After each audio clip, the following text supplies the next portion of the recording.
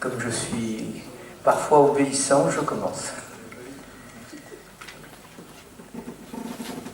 Alors, bonjour à toutes et à tous. D'abord, je veux remercier les organisateurs.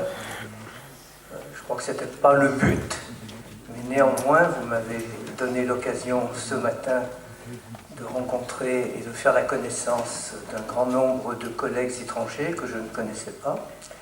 Donc j'ai été très heureux et j'espère que je rencontrerai d'autres jusqu'à la fin du colloque. Puis cet après-midi, ça m'a donné le grand plaisir de croiser quelques personnes, françaises cette fois-ci, dont nos routes ont eu quelques points communs dans le passé. Et c'est toujours agréable de pouvoir se retrouver. Alors, pendant le repas de midi, nous nous sommes réunis, nous sommes un peu délinquants et nous avons modifié un certain nombre de choses concernant la table ronde et l'organisation de la table ronde. D'abord, je ne présenterai personne. Chacun le fera parce que, en gros, ça ne correspond pas vraiment à ce que vous lisez, comme vous verrez. Donc j'ai trouvé préférable que chacune et chacun dise ce qu'il en est pour sa part. Je suis le recteur Alain Bouvier, professeur associé à l'Université Sherbrooke et rédacteur en chef de la Revue internationale d'éducation de Sèvres. Et je ne suis plus membre du Haut Conseil de l'éducation depuis plusieurs années. Mais je crois que j'ai dû marquer cette institution pour que Romuald n'arrive pas à l'oublier. Nous allons débattre entre nous presque du sujet qui nous a été proposé. Ça sera les liens ou les tensions ou les relations entre le management de proximité et le leadership local. Le management est entendu, pour nous, puisque nous sommes en France, comme du management public. On n'est pas sur les problèmes classiques de gestion d'entreprise ou d'autres types d'organisation. Et nous allons tenter pendant ces échanges, en fait je dis nous abusivement parce que ce sont mes 4 collègues qui vont essayer de faire ce travail.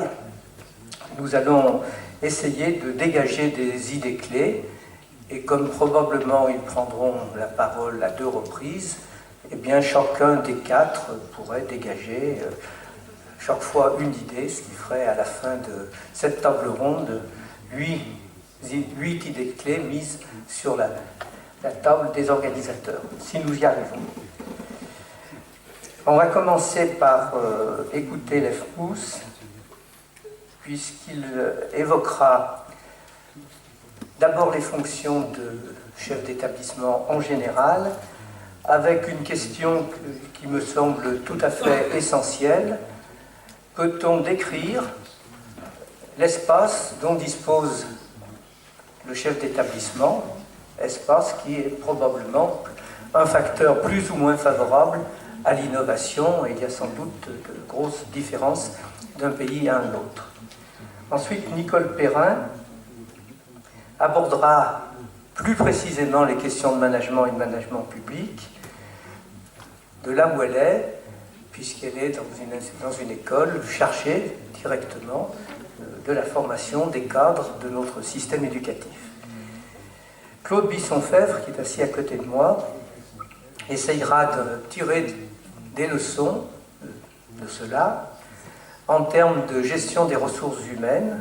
Il vous dira qu'en France, c'est un sujet très spécifique et qu'il est difficile, curieusement, de pratiquer de la gestion des ressources humaines de proximité, comme s'il pouvait en exister une autre.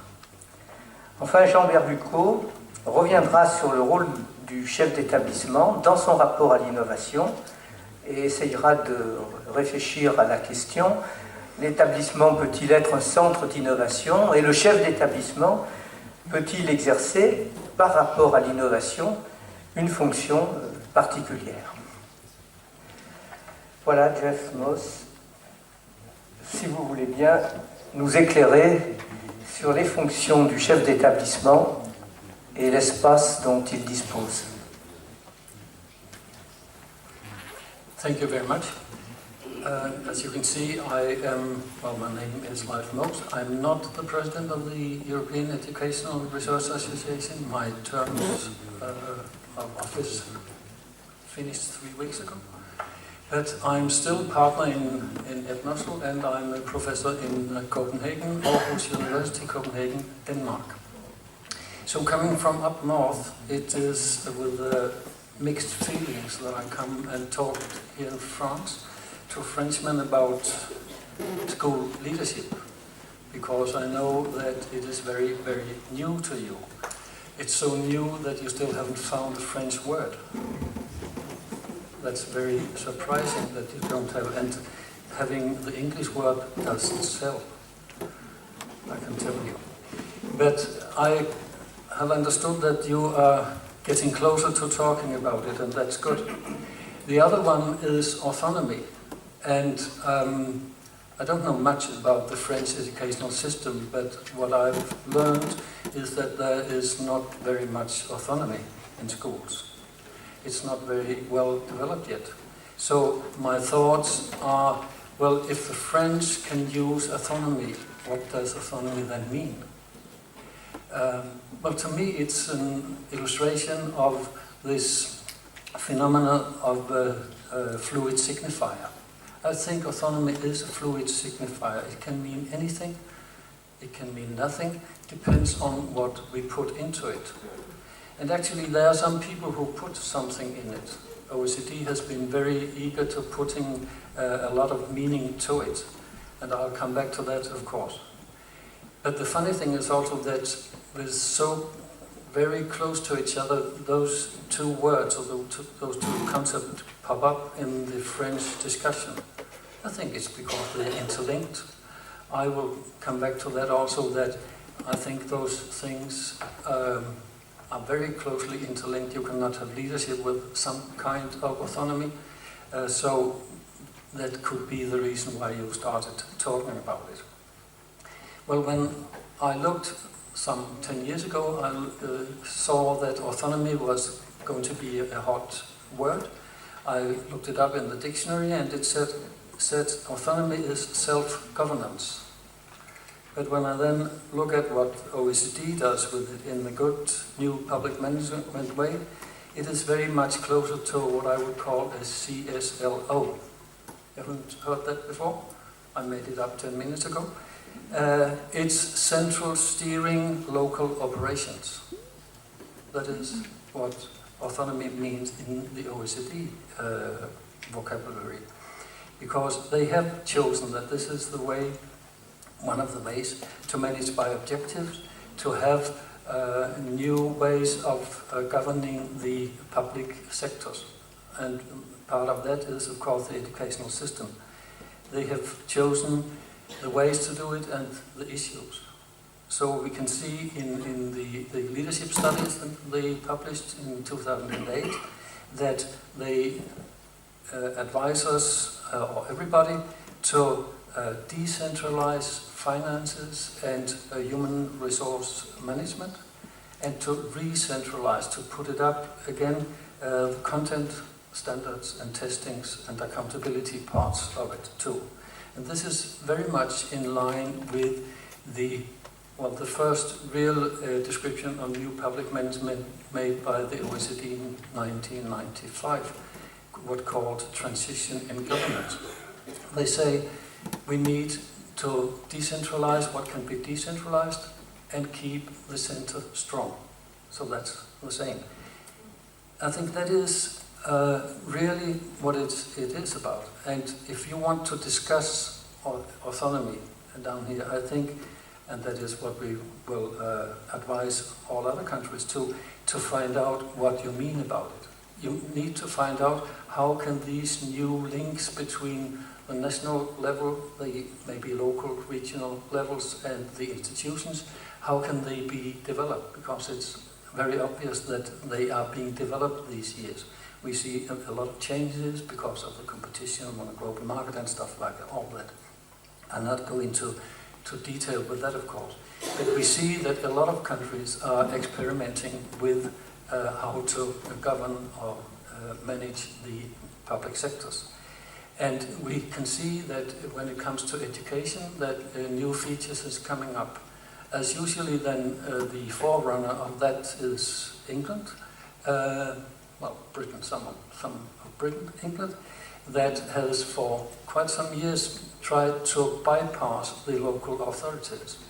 Bypass going around them, making them obviously not important anymore, because they have very detailed central national goals, they have very detailed testings and stuff like that, and the finances and stuff like that are going directly to the individual schools, and they are working with that too. We can see in other countries, like in the Nordic countries, we see signs of that too. In Denmark, the schools that are getting that status are called self-steering schools. They are referring directly to the government there.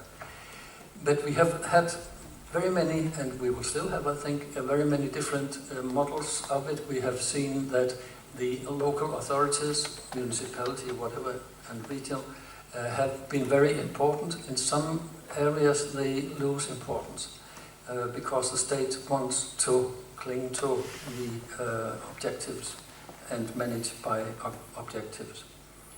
So I think we should discuss what does it mean. Does it mean decentralization of the frames for the school, that is the accountabilities, the human resource management, the finances and so on? Or is it decentralization of the content, curriculum and stuff like that? I think it's very important because when leaders think about their job, we've seen, at least in Denmark and also in other Nordic countries, that with this movement of decentralizing the frames and re-centralizing the context, they suddenly find themselves not as educational leaders, they find them as CEOs of small businesses. And that, some of them say, was not the reason why we wanted to have that job. Well, I think probably some want to do it these days. So it is about what is going to be, what should be decentralized, what should be centralized.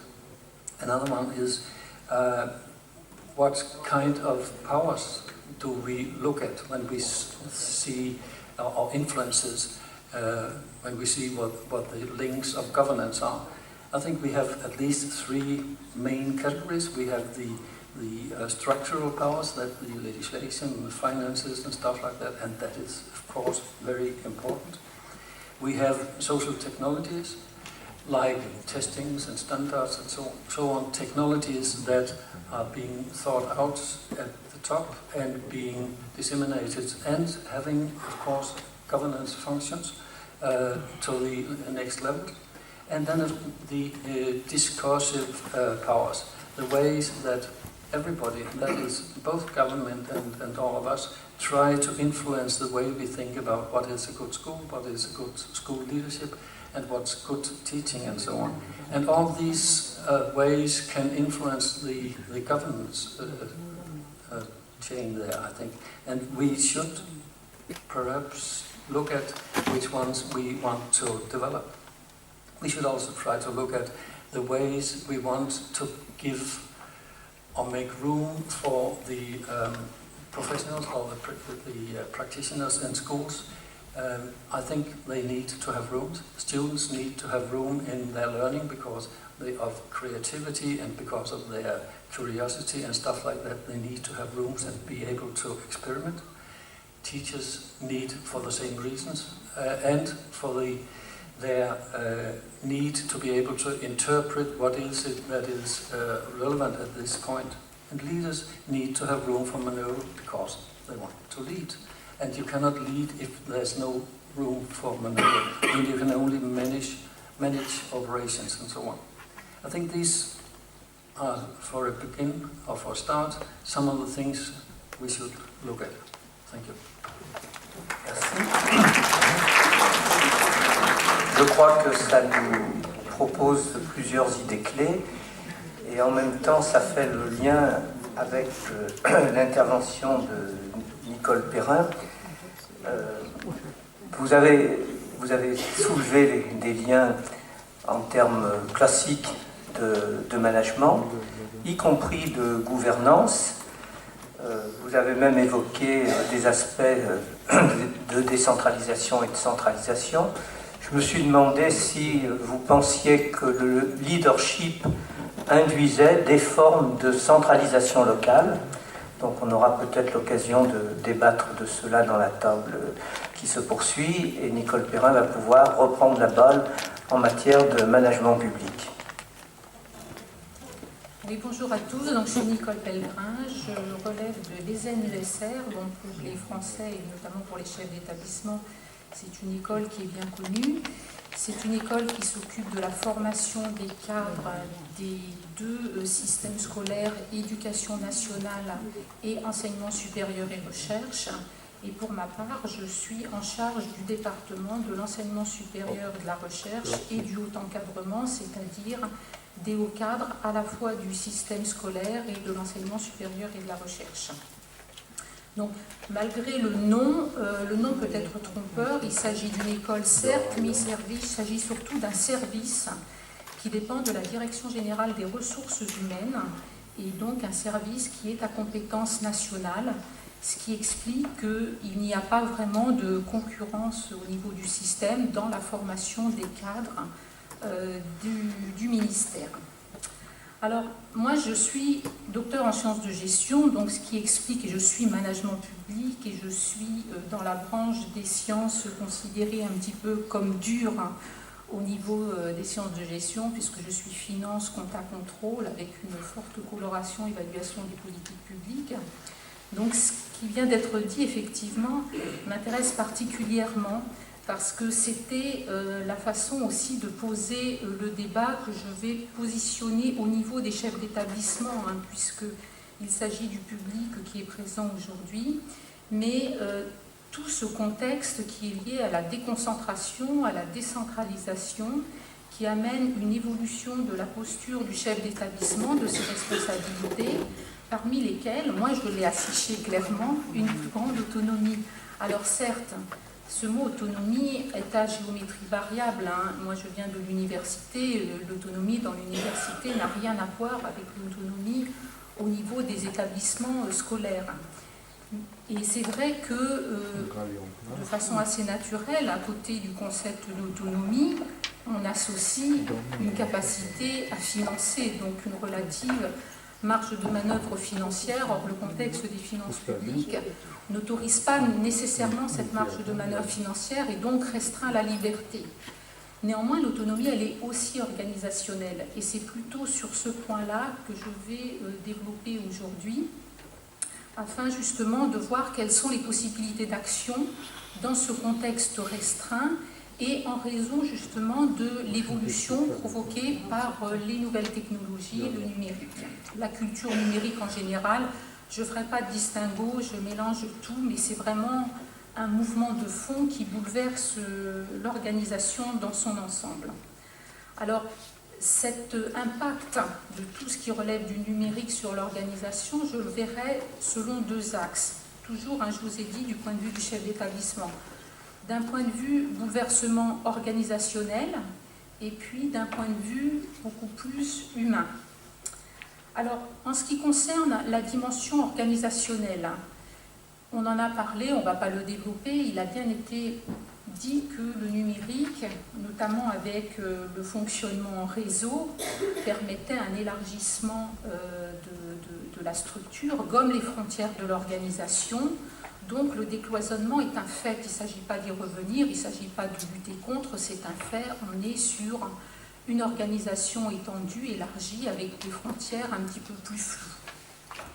Alors la question managériale qui est derrière, c'est est-ce que je dois en tenir compte? Et puis si oui, comment? Alors il y a quand même des éléments qui méritent d'être posés, c'est qu'une organisation, elle a une culture spécifique.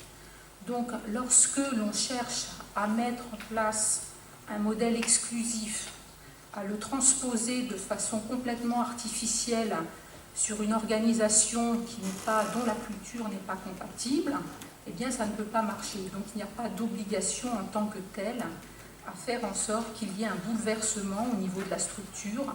Il faut que ce soit un besoin qui soit ressenti.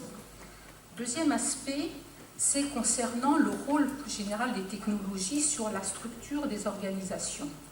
D'un point de vue gestionnaire, les choses sont claires, les technologies ne modifient pas les structures. Ce sont les hommes qui modifient les structures. Alors effectivement, si le dirigeant est très influencé par la culture et qu'il veut faire évoluer sa structure en fonction de ces nouvelles technologies, il va le faire. Il n'y a pas d'obligation en cela. En fin de compte, le réseau, le groupe, les groupes de projets, peu importe, mais cette notion de travail comme ça en groupe et de travail collaboratif n'a pas vocation à dominer la structure. De même, la relative démocratie qui transparaît dans le fonctionnement des réseaux n'a pas non plus, je me rends compte que je peux choquer, mais n'a pas non plus vocation à faire de l'établissement une démocratie. Les choses sont posées, on garde une marge de manœuvre et le chef d'établissement garde une marge de manœuvre dans le fonctionnement de son établissement. En revanche, et c'est ça qui est important, c'est le décloisonnement que génère le numérique.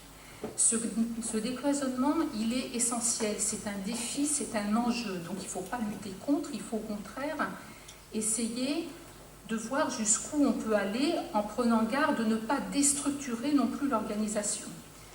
Si on essaie de faire le point des avantages du point de vue managérial du décloisonnement, ça veut dire une organisation plus agile, plus réactive.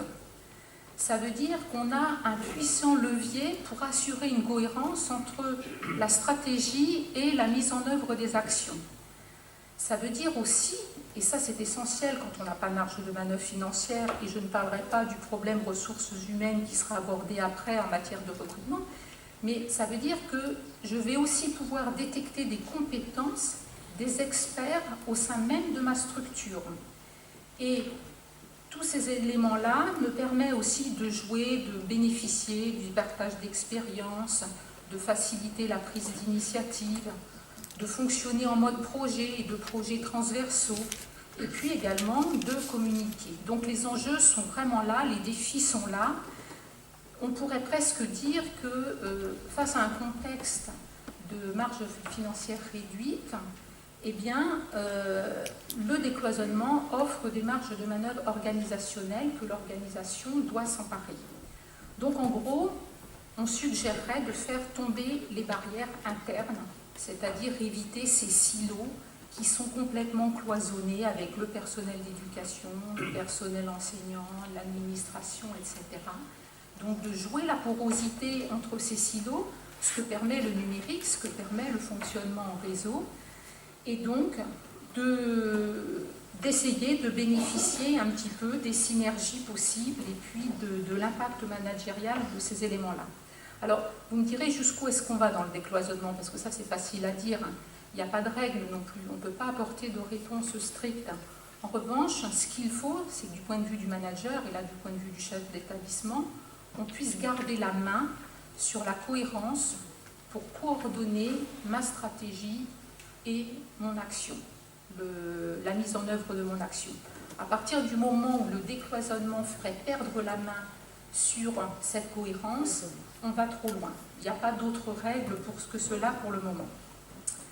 Alors, deuxième point, est-ce à dire qu'on doit aller vers une nouvelle forme d'organisation, qu'elle soit formalisée ou pas, hein, peu importe, enfin non pas peu importe en réalité, mais au début du questionnement, peu importe.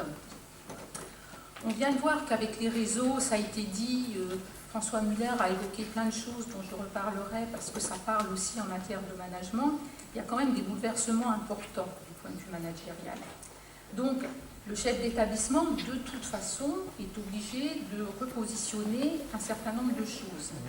Il doit redéfinir les niveaux de responsabilité.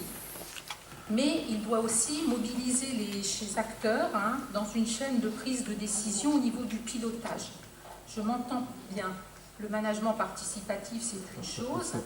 La prise, la co-construction, la participation des acteurs à la décision, c'est important.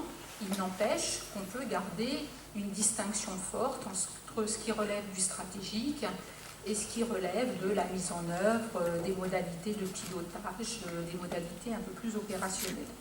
Bon, ça pose le problème au passage de la délégation et du contrôle de la délégation, mais ça, ce n'est pas notre sujet.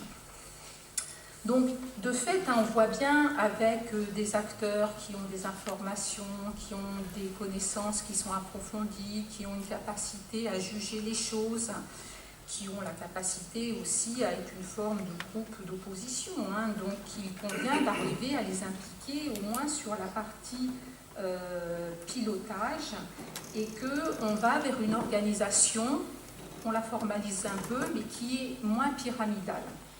Alors, quel type un petit peu d'organisation? Pour faire simple, on peut imaginer effectivement une forme de comité stratégique, composé du chef d'établissement, de son équipe de direction, qui va s'occuper de la définition de la stratégie avec l'analyse, la concertation avec les acteurs, la prise de décision. Et puis, dans ce comité stratégique, le chef d'établissement a en plus une mission qui est essentielle, qui est celle de manager, et ça on n'en parle pas assez, qui est donc celle de son rôle d'animation, de stimulation, de motivation, et aussi d'être capable de donner du sens à l'action de l'établissement. C'est de manager, pas de leader. Comment? De manager, pas de leader. De manager. De manager. Et au niveau un peu plus opérationnel, donc des groupes de travaux, des réseaux, qu'ils soient formalisés, pas formalisés, qui ont une durée temporaire en fonction de la durée des projets et qui travaillent de façon beaucoup plus transversale avec une capacité de décision, une initiative qui est un facteur de motivation et de dynamisme de l'organisation. Et quand je dis ça, en réalité, de fait, je touche à l'organigramme. Je touche à l'organigramme. Alors, l'organigramme, très souvent, au niveau administratif, il est vu comme la traduction des statuts, de la localisation du pouvoir, de la hiérarchie. C'est cela, c'est certes, mais c'est aussi un outil de communication. C'est un outil de communication en interne, ça tout le monde le voit, et c'est essentiel, mais c'est aussi un outil de communication vers l'externe. Et lorsque j'ai une chaîne hiérarchique longue, eh bien, mon organigramme ne va pas mettre en évidence la finalité de l'organisation. On ne va pas voir l'élève, on ne va pas voir le client. Moi, je n'ose pas, ça ne me gêne pas de parler client pour l'élève. On ne va pas le voir, on va voir au contraire des hommes, des groupes, une organisation centrée sur elle-même. En revanche, lorsque vous avez un organigramme un peu plus aplati, là, vous avez la faculté de communiquer vers l'extérieur vis-à-vis de votre public cible. Et du coup, en affichant cela, vous avez aussi la possibilité de développer un certain nombre d'actions. Donc, c'est 20 minutes? Non, 2 fois 10. 2 fois... Ah oui, je reprends après, c'est ça? D'accord. Donc, je finis sur la partie organisationnelle et je reprendrai sur la dimension humaine derrière. Donc, tout cela pour dire que l'organigramme, comme outil, il est important effectivement de lui laisser son rôle de repérage des pouvoirs, parce que ça, dans le type d'organisation de l'éducation nationale, c'est essentiel, mais il faut également faire apparaître les rôles fonctionnels, ce que chacun fait, qui fait quoi et où est le pouvoir décisionnel. Ça permet un petit peu de motiver les gens et puis ça autorise un fonctionnement par projet. Ça permet de valider la multiplicité des structures informelles, temporaires, transversales et au final, on arrive à une plus grande rapidité dans le travail et normalement à une plus grande efficacité. Et là, je joue sur le levier de l'intelligence collective sur lequel on va rebondir tout à l'heure lorsque l'on parlera de la dimension humaine qu'il faut aussi être capable de gérer. Donc je laisse la parole, je développerai tout à l'heure sur les éléments humains. Merci. J'ai noté pour ma part, en écho à ce que vous avez dit, 2 questions qui mériteront peut-être d'être réfléchies au-delà de la journée d'aujourd'hui. Il y en a une, c'est sur, puisqu'on est dans des réseaux, est-ce qu'il y a au sein d'un réseau un type de leadership particulier, un leadership de réseau, qui serait différent du leadership d'une organisation, d'un établissement, d'une équipe, qui serait absolument d'une autre nature. Alors je pense qu'il y a peut-être des travaux de recherche en cours ou qui viendront. J'ai noté aussi dans votre intervention, il m'a semblé que vous n'étiez pas parfaitement en phase, et ça méritera peut-être un débat avec François Muller, dans le positionnement de l'innovation par rapport à la stratégie, ou dit autrement, entre le management et le leadership. Il m'a semblé que François Muller disait que le stratégique était plutôt après l'innovation, alors que si j'ai bien compris dans votre intervention, vous placiez plutôt le stratégique en amont. Donc ça veut bien dire qu'il y a un objet de discussion, il y a un objet de débat. Mais la problématique n'était pas posée pareil, donc sur la façon dont l'a posée François Muller, je la rejoins. Après, sur la dimension managériale, je reste sur ma position. Bon, enfin, c'est un objet de discussion, je crois, intéressant. Alors, Claude Bisson-Fèvre, c'est peut-être intéressant maintenant qu'on s'oriente vers... certes, il y a des élèves, mais il y a aussi des acteurs adultes, il y a aussi des questions de gestion de ressources humaines. Le leadership s'applique auprès de tous les acteurs de l'établissement et de l'organisation. Y a-t-il en matière de GRH quelque chose qui serait générique d'une part et qu'on pourrait retrouver un peu dans tous les pays, en sachant que pour l'instant en France, la GRH est quand même très très particulière et je ne suis pas sûr qu'elle ait vocation à être exportée.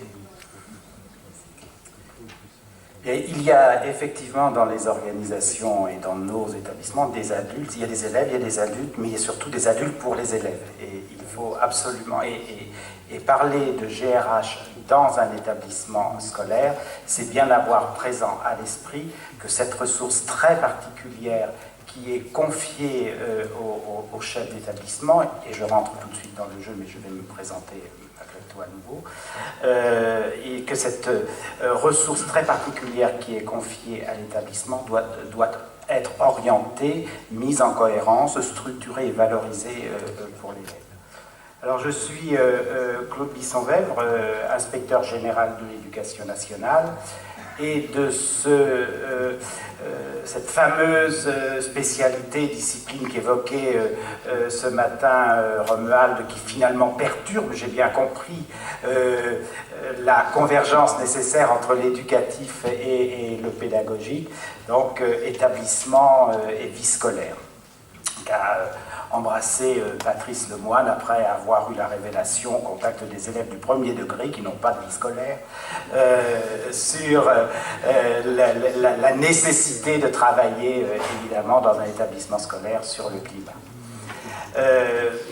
Pour vous situer, pour nos amis partenaires, l'Inspection générale de l'éducation nationale est une bande de 135 jeunes turbulents qui sont directement placés auprès du ministre et qui, à sa demande, vont évaluer les politiques éducatives et scolaires qu'il met en œuvre et assurer aussi, c'est une de nos particularités, l'accompagnement. Et donc pour la collègue qui se posait la question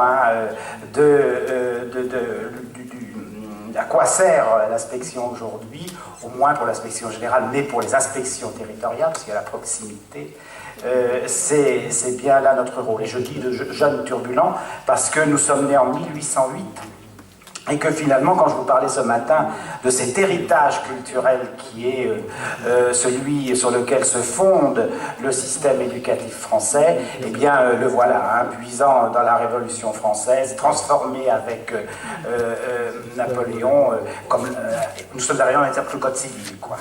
Donc ça donne du poids, évidemment, encore aujourd'hui. Alors, je vais répondre à la fois à Alain et à notre ami Lev Moss. Effectivement, nous sommes dans notre système éducatif exposés à, pour l'autonomie tout au moins, exposés à une autonomie que moi j'appelle une autonomie paradoxale. L'État d'un côté et de l'autre côté l'établissement scolaire.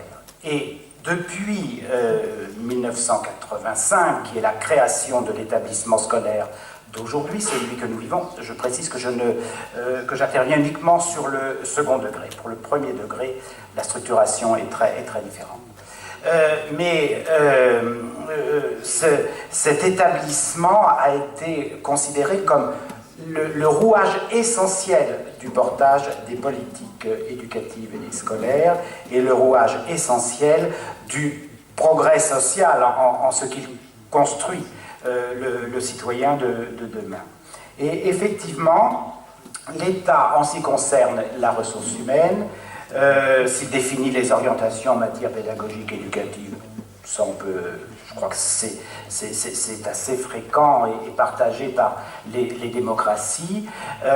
S'il définit les programmes, et nous sommes très attachés à la notion de programme, là où d'autres travaillent sur les curriculums, mais ça a un sens extrêmement important pour la ressource humaine et la gestion de la ressource humaine.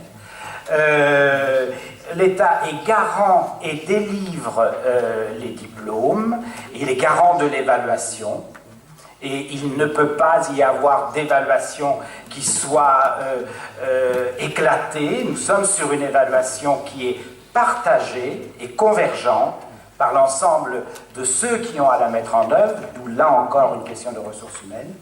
Et pour cela, et ça reste très cohérent peut-être, l'État recrute et rémunère les personnels enseignants d'éducation, administratifs, sociaux et de santé.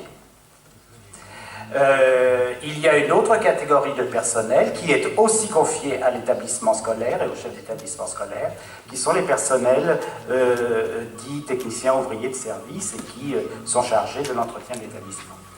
Et en plus, et la particularité de ce recrutement, c'est qu'il se fait généralement, et le généralement je vais l'expliquer, par concours. Par concours, et donc en amont, une préparation plus à un concours qu'à peut-être l'exercice d'un métier. Quand je vous disais qu'on était un peu turbulent, c'est peut-être aussi par là que cela passe. Et si nous gardons le concours, il faut, et c'est ce qui est en train de se produire, sans doute à la fois professionnaliser la formation et aussi professionnaliser ou donner du sens professionnel aux épreuves du concours. Et puis, l'État assure la formation des personnels. Et une fois qu'il a fait tout cela, eh bien, il livre la ressource, pardonnez-moi l'expression, mais il affecte les personnels dans les établissements scolaires, qui pourtant, en 1985, ont été reconnus comme des unités autonomes. Mais, et cela répond à l'interrogation de l'EFMOS, pas une autonomie totale, une autonomie qui porte sur le champ pédagogique et sur le champ éducatif. Et pour clore le paradoxe, ou tout au moins pour faire peut-être réduire ce paradoxe, l'État institue le leader. Il n'y a pas de leader élu ou de leader émergent. L'État nomme le chef d'établissement, qu'il recrute d'ailleurs lui aussi par concours. Et finalement, le paradoxe ne s'arrête pas là, ou tout au moins la difficulté ne s'arrête pas là. La forme qui a été choisie met ce chef d'établissement en tension. Et le chef d'établissement français, ce leader, ou tout au moins ce que l'on voudrait être un leader, est constamment mis en tension entre la représentation de l'État, et il est indiqué très clairement dans son statut qu'il a autorité sur le personnel n'ayant pas qu'il a autorité sur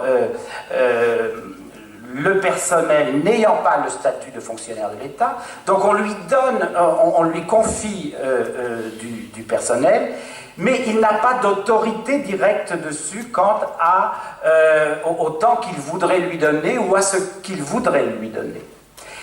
Et puis de l'autre côté, attention, il est représentant de... j'ai fait une erreur.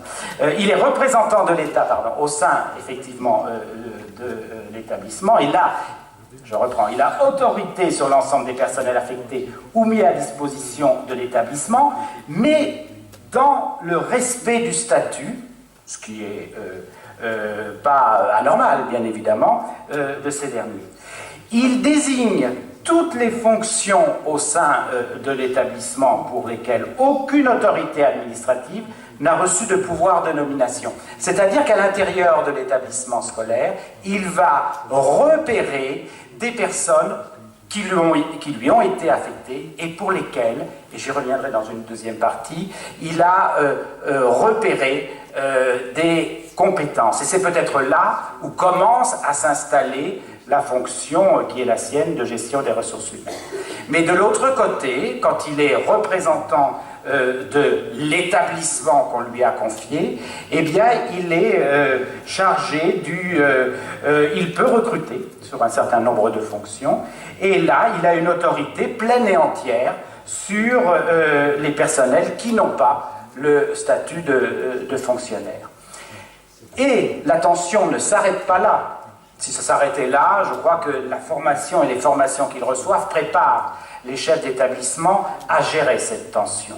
Mais il y a une particularité supplémentaire qui est édictée par la loi, et ce qui se trouve clairement énoncé dans le Code de l'éducation, c'est qu'il doit compter aussi avec la liberté pédagogique expressément rappelée dans la loi et par la loi de l'enseignant.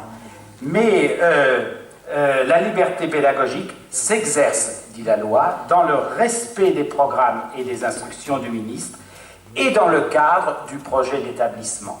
Et c'est là où vraiment intervient la dimension de responsable de la gestion des ressources humaines. C'est le projet d'établissement qu'il élabore en tant que représentant de l'établissement et en contextualisant avec son environnement et les élèves qu'il reçoit, qu'il va pouvoir mettre en œuvre ses aptitudes, ses capacités à gérer les ressources humaines.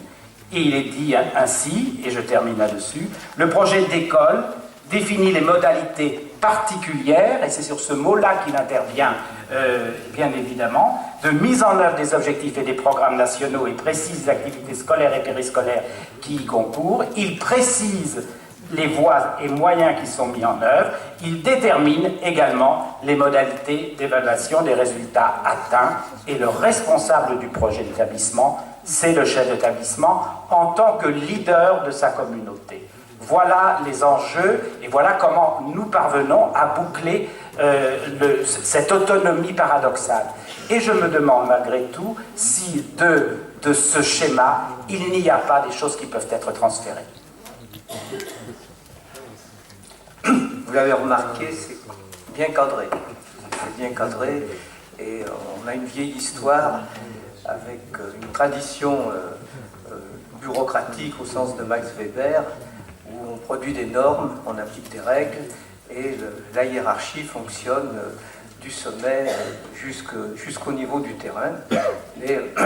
Les acteurs du terrain trouvant parfois dans la bureaucratie des formes de protection. Donc il faut bien voir que la bureaucratie n'est pas l'ennemi de tout le monde. Elle a aussi des défenseurs, notamment dans un certain nombre d'organisations des personnels. Alors j'ai remarqué aussi que vous êtes deux à avoir évoqué, ce qui est sans doute un travail important du leader, ce qui relève du repérage des compétences. Vous l'avez évoqué. Je pense que maintenant, Jean Berlucco peut revenir sur le rôle du chef d'établissement par rapport à l'innovation. Y a-t-il une fonction d'innovation de l'établissement? Et le chef d'établissement lui-même a-t-il une fonction particulière à jouer en matière d'innovation?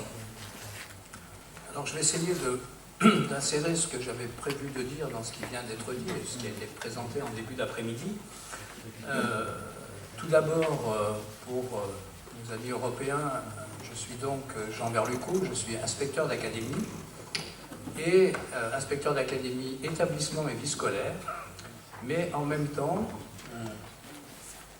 j'ai une fonction particulière, j'ai un emploi particulier qui est celui de directeur académique. Ce qui veut dire que je suis en responsabilité d'un département, le département du Var, dans cette académie de Nice. Et ce qui veut dire aussi qu'en tant que directeur académique, j'ai la responsabilité de l'éducation nationale, pour faire court, depuis la maternelle jusqu'à l'entrée à l'université. Alors, nous avons dans notre système scolaire français des particularités. Nous sommes également un petit peu turbulents, comme nos collègues inspecteurs généraux. C'est-à-dire que toutes les académies ne fonctionnent pas de la même manière, n'ont pas le même système de gouvernance de l'une à l'autre. Dans cette académie de Nice, qui comprend 2 départements, nous avons mis en place depuis 4 ans et demi maintenant, une forme de gouvernance qui associe le recteur, qui est le patron de l'académie, en l'occurrence la patronne de l'académie, et puis une équipe de direction de l'académie qui comprend bien sûr sous l'autorité du recteur, le secrétaire général de l'académie, mon collègue directeur académique en charge et en responsabilité du département des Alpes-Maritimes, et donc moi-même. Ce qui veut dire, et j'y reviendrai tout à l'heure, que c'est déjà un espace un petit peu sinon d'innovation, tout au moins d'organisation, une interrogation de notre système scolaire national tel qu'il est organisé de manière très pyramidale. Donc, mais j'y reviendrai tout à l'heure dans l'organisation, tout au moins l'interrogation des organisations. Alors, j'avais prévu d'organiser mon propos en gros en 4 temps. Le premier, pour répondre très rapidement à la question qui m'était posée, c'est-à-dire peut-il y avoir une fonction innovation dans un établissement scolaire.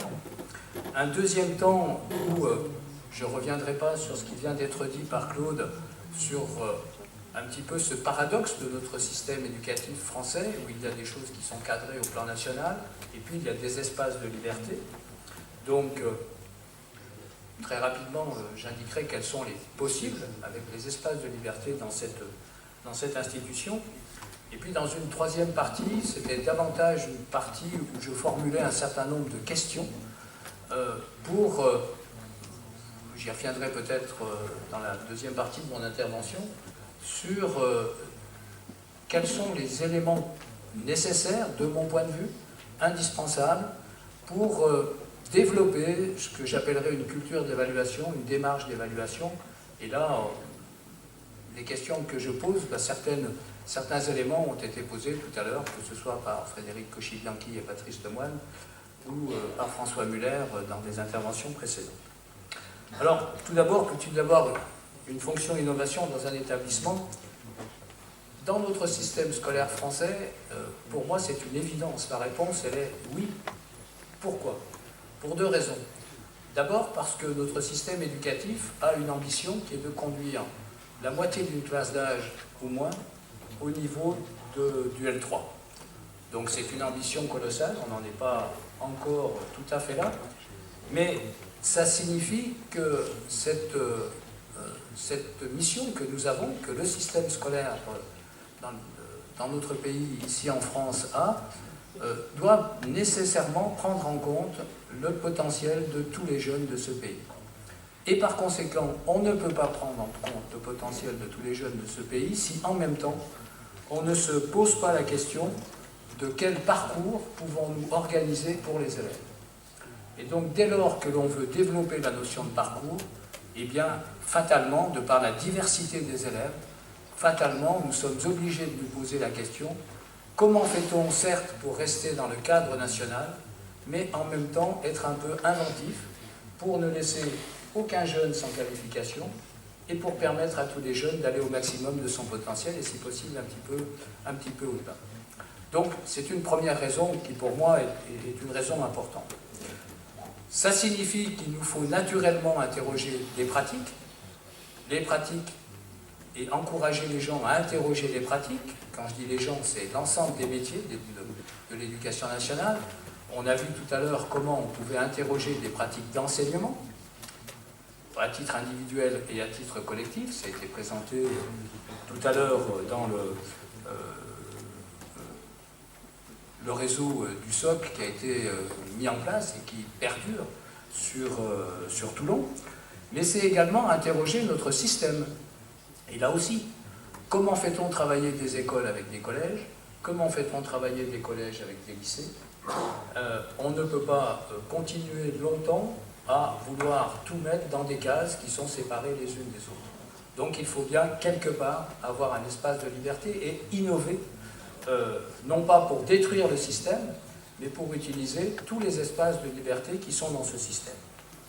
La deuxième raison pour laquelle je réponds sans hésitation qu'il y a une fonction innovation dans l'établissement, eh bien, c'est que je suis absolument convaincu que de par ces interrogations, eh bien, nous participons à la reconnaissance des compétences professionnelles de chacun des individus qui forment le système, et de par ce biais-là, nous participons à quelque part la formation, quelque part l'évolution de ces compétences, car je crois beaucoup à certes un système de formation, mais en même temps à une formation permanente qui est alimentée par la confrontation d'expériences, par la confrontation de compétences, par la confrontation de situations.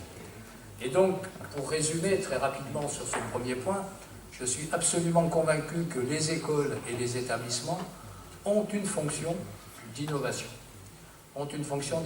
Alors c'est beaucoup plus simple à dire qu'à faire, c'est beaucoup plus simple à dire qu'à organiser, qu'à manager, qu'à guider, qu'à accompagner. Je reprends un certain nombre de verbes qui ont été prononcés cet après-midi. Mais c'est une nécessité, c'est vraiment une nécessité si l'on veut vraiment répondre de la meilleure des manières aux missions de l'éducation nationale dans notre pays.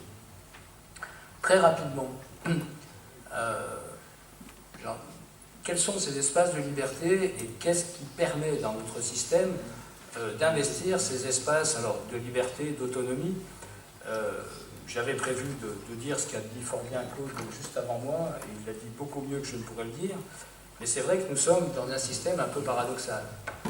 Nous avons des programmes nationaux, des diplômes nationaux, des formations, des certifications, il n'y revient pas. On ne peut pas se déconnecter des pratiques de la manière dont les moyens sont attribués, et ce sont essentiellement des moyens d'État. Donc ça pose la question, est-ce qu'un établissement a une véritable autonomie? Est-ce qu'une école a une véritable autonomie? Sachant que ces moyens sont massivement donnés par l'État et aussi, dans notre système, par des collectivités territoriales. Donc comment sont utilisés ces moyens? À quel moment? Selon quel calendrier? Pourquoi faire? Et puis de l'autre côté, nous avons la liberté pédagogique de l'enseignant. Nous avons l'autonomie de l'établissement dans le cadre du projet, tel que l'a dit Claude Bisson-Vèvre à l'instant. Et puis peut-être pour terminer cette première partie, il ne faut pas oublier que notre système a organisé et prend en compte cet espace d'innovation. Il ne faut pas oublier que dans la loi de 2005 de rénovation de l'école, il y a un article qui permet effectivement la créativité, qui permet d'innover. C'est l'article 34 que tout le monde connaît bien dans notre système éducatif. Et pour accompagner cet article 34, il y a dans chaque académie un pôle d'accompagnement, ça a été souligné tout à l'heure par Frédéric Cauchy-Bianchi. Et donc, vraiment pour être très très synthétique, nous avons dans ce système qui est un peu paradoxal, je rejoins ce qui a été dit par Claude Bisson-Vèvre à l'instant, nous avons véritablement des espaces et nous avons les moyens à la fois de respecter le cadre national, mais à tous les échelons, nous avons les moyens d'innover. Je m'arrête là pour cette première partie, j'y reviendrai peut-être par des questionnements et des témoignages tout à l'heure. Merci beaucoup. Alors on m'a rappelé le timing que j'avais d'ailleurs un peu en tête. Ça veut dire en clair qu'il vous reste pour chacun de vous maintenant 4 à 5 minutes. Je vous laisse prendre la parole les uns après les autres sans empiéter sur votre temps. Vous voulez bien commencer. Thank you. I shall do it very short. We've been discussing the very steep top-down bureaucracy in France, and what we are discussing is where authority should be given. I think maybe in order to persuade some of the bureaucrats, maybe we could point to the European Commission and say the principle of subsidiarity could be made use of. That's the principle that decisions are best taken close to those who are going to live with them. Thank you.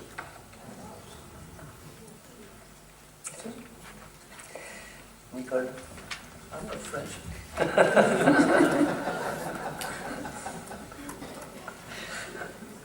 Donc, pour effectivement faire suite en termes de management, alors c'est vrai que moi j'utilise le terme management, le leadership ça fait partie du management, puisque quand on est sur de l'humain, on pourrait effectivement assez souvent utiliser le mot leadership à la place de management. Néanmoins, il y a des petites missions qui me semblent un petit peu plus larges, donc je préfère rester sur ma terminologie de management. Donc, je ne vais pas développer, parce que ça a été bien développé par François Muller, le problème de ces réseaux et la nécessité. Alors, lui parlait de réseaux numériques, mais je vous dis, quand on fonctionne sur des modes projet avec l'utilisation du numérique, on a des formes de réseau. De toute façon, la logique est un peu la même. Il y a le problème de l'intégration de ces groupes temporaires. Et là, il y a deux leviers pour intégrer cela à l'organisation. D'une part, des systèmes formels qui existent, les processus, les procédures. Et puis, il y a une variable qui est un petit peu plus compliquée à gérer, c'est la variable comportementale, la dimension relationnelle, qui est particulièrement importante parce que dans le groupe, en tant que tel, peu importe la façon dont il se structure, on peut parler d'intelligence collective. C'est simple, hein, c'est facile à comprendre. Quand on met des personnes qui auraient un QI moyen, on leur met une solution, la solution qui ressort, elle n'est pas une solution moyenne. Elle est beaucoup plus intelligente que la somme des individus. Donc c'est vraiment une puissance intellectuelle qu'il convient de mobiliser au sein des organisations et qu'il convient de mettre en œuvre, mais qu'il convient également de canaliser, parce qu'il ne s'agit pas que les groupes aillent dans des sens qui ne sont pas ceux poursuivis par l'organisation. Donc c'est une ressource à gérer.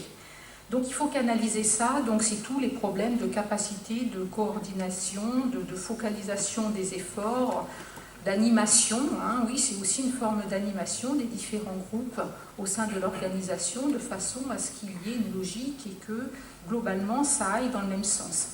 Ça veut dire aussi qu'il ne faut pas méconnaître, indépendamment de l'enjeu de la puissance de la puissance intellectuelle de ces groupes, il ne faut pas méconnaître ce que recherche l'individu et ce qu'apporte le groupe à l'individu. Il y a la possibilité pour l'individu de collaborer, des échanges multiples, des échanges auxquels il n'aurait pas accès en temps normal. Il a aussi la possibilité de prendre part à la résolution de problématiques opérationnelles. Donc il est partie prenante à la décision, il est partie prenante à la solution. Et là, c'est un facteur extrêmement motivant en termes de management. Il y a aussi après toute la dimension que l'on connaît, la reconnaissance du groupe, l'appartenance au groupe et la logique de solidarité par rapport à ce groupe. Et donc derrière, on a aussi une forme de responsabilisation de l'individu vis-à-vis du groupe. Et ça, c'est aussi un levier qu'il convient d'exploiter en tant que manager. Vous êtes confronté à quel type de situation? Vous avez une puissance intellectuelle, vous voulez un petit peu la canaliser. Vous voulez que les résultats soient positifs du point de vue de l'organisation. Vous voulez aussi que ça dure dans le temps. Il ne s'agit pas que ça s'effondre comme un soufflet, il faut qu'il y ait une dynamique qui soit durable. Vous voulez une cohérence d'ensemble, qui est de la porosité, qui est des échanges, des partages d'informations, des partages de compétences, pour qu'il y ait derrière une interchangeabilité des individus et pour assurer tout simplement la pérennité de vos projets. Donc tout cela rend en définitive cette fonction d'animation, de canalisation, quelque chose de relativement obligatoire pour fonctionner correctement. Alors le souci derrière, c'est il faut arriver à motiver ces individus. Et comment faire? Il y a deux axes encore. Là, on est sur... c'est pas fiable, je veux dire, on est sur de l'humain, hein. Il n'y a pas de recette qui fonctionne, mais il y a vraiment deux leviers qu'il faut actionner. C'est d'être capable de donner du sens à l'action, être capable d'expliquer l'action, et pour cela, il faut avoir une vision stratégique de son établissement, du système dans lequel on est, mais du système plus global. Il faut, lorsque le chef d'établissement arrive, qu'il puisse avoir une idée des forces et faiblesses de son établissement, des relations interpersonnelles, c'est positif, c'est pas positif, qu'il puisse écouter les gens, dialoguer les gens librement, que ça puisse s'exprimer librement et qu'il sache choisir les mots pour le dire. C'est pas quelque chose d'évident. Il faut aussi qu'il ait une vision globale du système. Les décisions qui arrivent au niveau de l'établissement, c'est lié à la politique académique, qui est lié à la politique nationale, qui est lié à la politique européenne. Les choses ne tombent pas comme ça, donc il convient de comprendre les politiques européennes, voir les outils qui sont déclinés au niveau national, qui sont porteurs des valeurs énoncées au niveau de l'Europe, de façon à ne pas être dans la réaction, mais à être dans la proaction, d'être capable d'anticiper le cheminement qui est en train d'être poursuivi. Et donc, une fois que l'on a ça, on est capable de tenir un argumentaire pour donner du sens à l'action, pour donner du sens à la politique académique, du sens à la politique de son établissement et de la mettre en perspective. Alors, ensuite, les éléments de la motivation, je ne sais pas si... vous voulez traiter, Claude, les éléments de la motivation, non? Comment? Oui, allez-y. Bon. Les éléments de la motivation, je vais donner en général, hein, ça c'est pareil, ce sont des bons principes. Il faut être capable de susciter l'engagement, et la règle, c'est le volontariat, on ne peut pas être sur de l'injonction par rapport à cela. Donc, il faut être capable de communiquer, de valoriser les compétences de chacun, de savoir négocier aussi par rapport aux particularités, d'accepter lorsque l'on fait un projet, que tout le monde ne s'engage pas, mais que la personne qui ne s'engage pas puisse tout de même assister, puis le moment où elle a envie d'être intégrée, on la laisse s'intégrer. Il faut quand même un petit peu de diplomatie, un petit peu de patience, mais le résultat, franchement, est au rendez-vous derrière.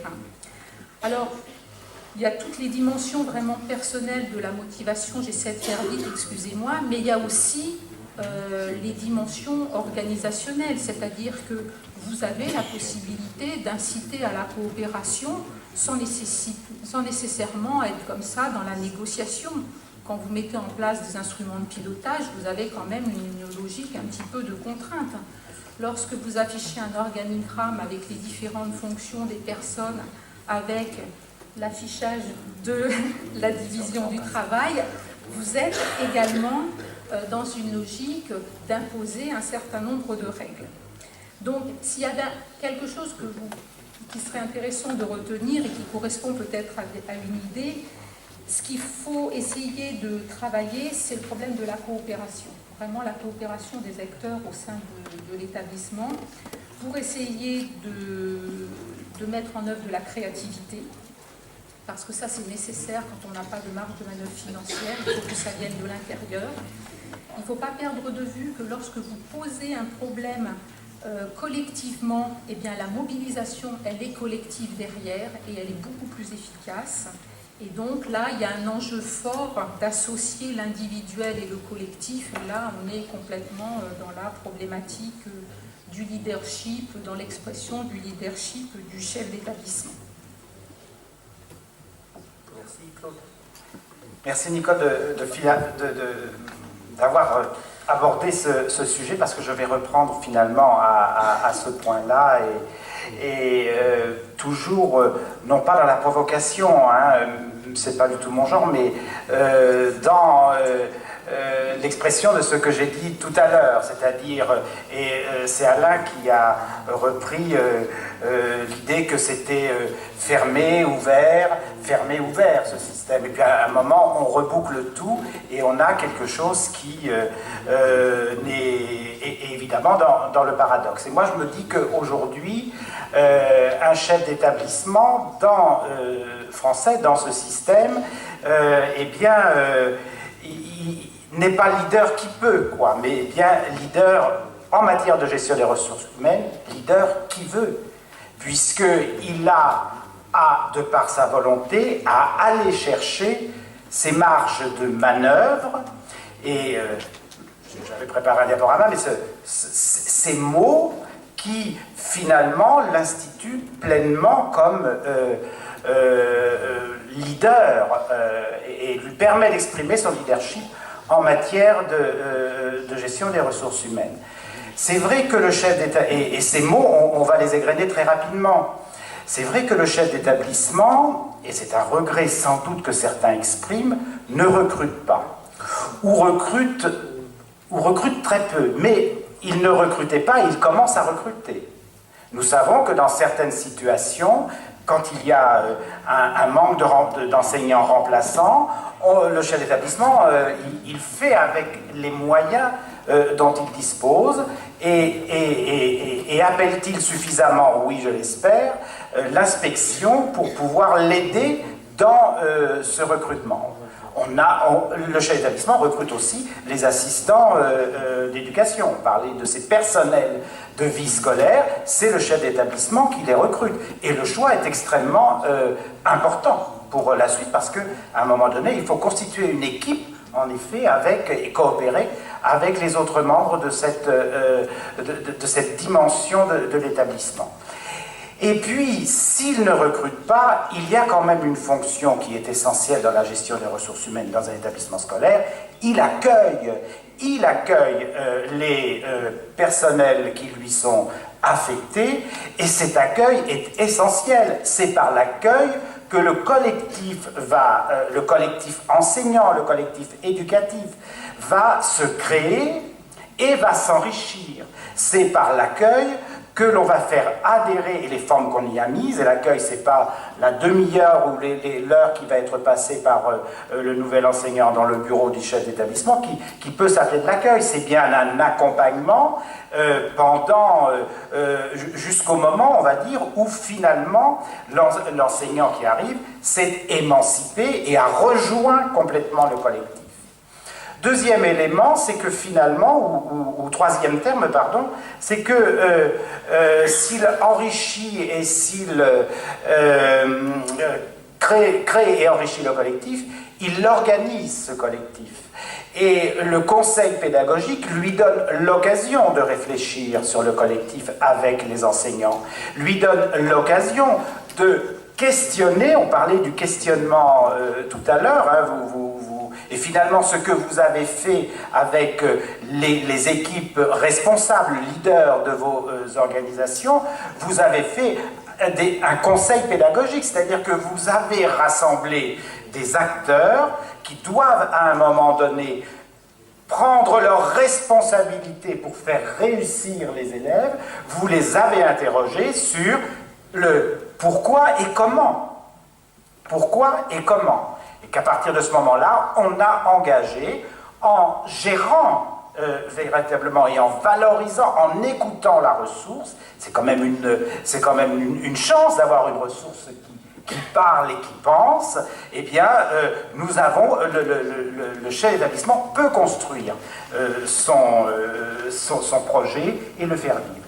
Et puis, il y a cette troisième dimension que finalement un nombre non négligeable de chefs d'établissement regrettent, c'est la valorisation de la ressource humaine. Est-ce qu'on a complètement bouclé le circuit si on ne peut pas valoriser la ressource humaine? Alors, moi j'ai repéré, il y a 3 étapes dans cette valorisation de la ressource humaine. Il y a d'abord la mesure de la valeur de la ressource humaine. La mesure, c'est-à-dire prendre le temps de dialoguer avec la personne annuellement ou tous les 3 ans. Enfin, je pense que ce qui avait été pensé à une époque et qui a avorté avait un rythme plutôt triennal.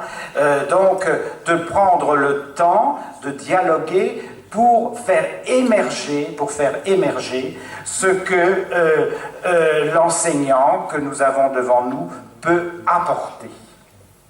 Et il n'apporte pas que un savoir, pas que de la didactique, il apporte aussi de la compréhension des situations. Deuxième étape, c'est de donner de la valeur. À partir du moment où on a mesuré la valeur, il s'agit de l'enrichir, de lui en donner davantage, de la valeur qui va alimenter la valeur du projet d'établissement et de la valeur qui va alimenter et favoriser le développement professionnel des enseignants qui nous sont confiés. Et sans doute avons-nous encore la possibilité par les plans académiques de formation, par les très rares plans de formation d'établissement, la possibilité de valoriser l'établissement, le projet d'établissement. Sans doute ne prenons-nous pas suffisamment conscience qu'il y a aussi une responsabilité du chef d'établissement à assurer et à contribuer au développement personnel de l'enseignant. Enfin, troisième élément, et c'est vrai, je vous l'accorde volontiers à tous, c'est reconnaître la valeur, c'est-à-dire faire le geste de dire j'ai envie que la communauté te reconnaisse dans ce que tu as apporté. Et finalement, c'est vrai que ça ne peut pas passer chez nous par une prime supplémentaire ou un aspect financier supplémentaire, mais pour autant, reconnaître la valeur, c'est pouvoir aussi confier une fonction de professeur principal, une mission de coordonnateur, et de le confier parce que dans l'entretien qu'on a eu, dans la prise de mesure, eh bien, on a pu percevoir la qualité et les compétences de l'enseignant qu'on a devant nous. Si ce n'est pas de la gestion des ressources humaines, il va falloir que je révise moi aussi le vocabulaire que j'utilise ou que on m'a appris. Enfin, le chef d'établissement est complètement impliqué dans le dialogue social. Très longtemps, on a pensé que le dialogue social se faisait à l'extérieur de l'établissement et que finalement, les résultats de ce dialogue social s'imposaient à l'établissement. Eh bien, pas du tout. Nous avons de plus en plus connaissance de situations où des conflits apparaissent entre le chef d'établissement et son équipe enseignante. Je pense que voilà, et qu'à partir de ce moment-là, on peut en chercher les causes, bien évidemment. Les causes ne sont pas toutes d'un côté ou toutes d'un autre. Il y a quand même un élément essentiel qui a sûrement manqué, c'est le dialogue. C'est véritablement toujours le temps, ce facteur temps, qui est un élément essentiel dans la gestion des ressources humaines, le temps consacré à l'autre, qui doit permettre d'expliquer les choses et d'expliquer les choix et de les rendre collectifs. Voilà, je m'arrête là. Moi, j'avais autre chose à dire, mais je vais m'arrêter. Et j'allais conclure en reprenant une phrase de mon ami Alain Bouvier. Il n'y a de ressources humaines que de proximité. Il n'y a de gestion, bien sûr. Il n'y a de gestion de ressources humaines que de proximité et par la confiance. Et c'est bien cela, et c'est à cela qu'il faut, Nicole, former nos personnels de direction à l'ESNESR, c'est les former à la confiance, à donner confiance et à prendre confiance. Ça va être un peu difficile, mais quand même, je vais très court, je vais recentrer sur... que je suis l'institutionnel de cette table, bien sûr, l'institutionnel de proximité, je vais dire. Mais peut-être 2-3 éléments sur la manière dont précisément dans cette académie on s'est efforcé de mettre en œuvre ce qui vient d'être dit. Il est évident que tout ce que nous faisons, on le fait pour l'élève. Et par conséquent, tout ce que nous faisons, toutes les initiatives que nous suscitons les uns les autres, que nous voulons susciter, n'a pour seul but que de faire en sorte que notre système éducatif soit quelque part plus efficace et qu'on fasse mieux après que ce que l'on faisait avant. Ce qui ne veut pas dire que ce qu'on faisait avant est à mettre à la poubelle.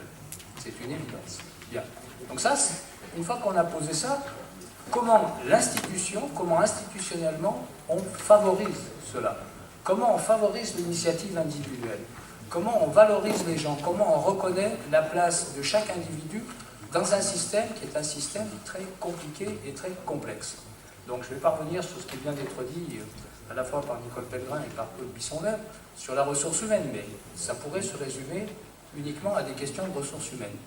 Il n'empêche, et je boucle avec la présentation que j'ai faite de mon rôle dans cette académie, c'est quand même qu'il nous faut poser un certain nombre de cadres, ne serait-ce qu'un cadre non pas contraignant, mais un cadre aidant.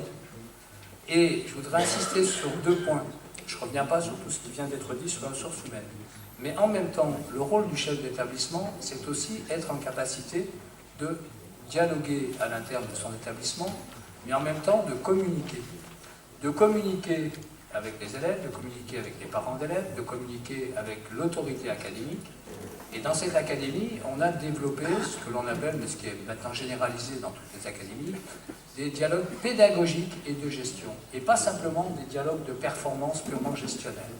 C'est-à-dire qu'on a créé des espaces de rencontre entre le département, entre les inspections académiques, les directeurs académiques, et les collègues inspecteurs pédagogiques régionaux et IEN, et les établissements, les équipes de direction d'établissement, pour parler de l'établissement, de la politique de l'établissement, de ce qu'ils avaient envie de faire, de ce qu'ils faisaient et de ce qu'ils veulent faire. Et cela, ça rejoint la question des moyens, tout à l'heure développée par M. Mauss, c'est-à-dire qu'à certains moments, eh bien, on est non pas dans des impasses, mais on est dans quelque chose d'un petit peu, enfin de très contraignant, c'est-à-dire qu'on aimerait déléguer davantage de moyens, mais malheureusement, on ne peut pas le faire à la hauteur de ce qu'on voudrait faire. Il n'empêche qu'on s'efforce dans les 2 départements, et je pense que dans 2 académies c'est la même chose, on essaie de développer cet espace de moyens à utilisation en totale liberté, en totale autonomie. Deuxième élément, et puis je m'arrêterai là, qu'on est en train de mettre en place, c'est précisément quelle est l'articulation et quel est le sens des projets d'établissement et du travail de chaque professionnel au sein de l'établissement pour œuvrer à la réalisation, je vais dire, du cadre collectif que constitue le projet de l'académie. C'est-à-dire non pas que ce soit un projet d'académie qui soit descendant, mais qui soit un projet d'académie qui laisse un espace, une place à chacun des acteurs, à chaque enseignant, à chaque établissement.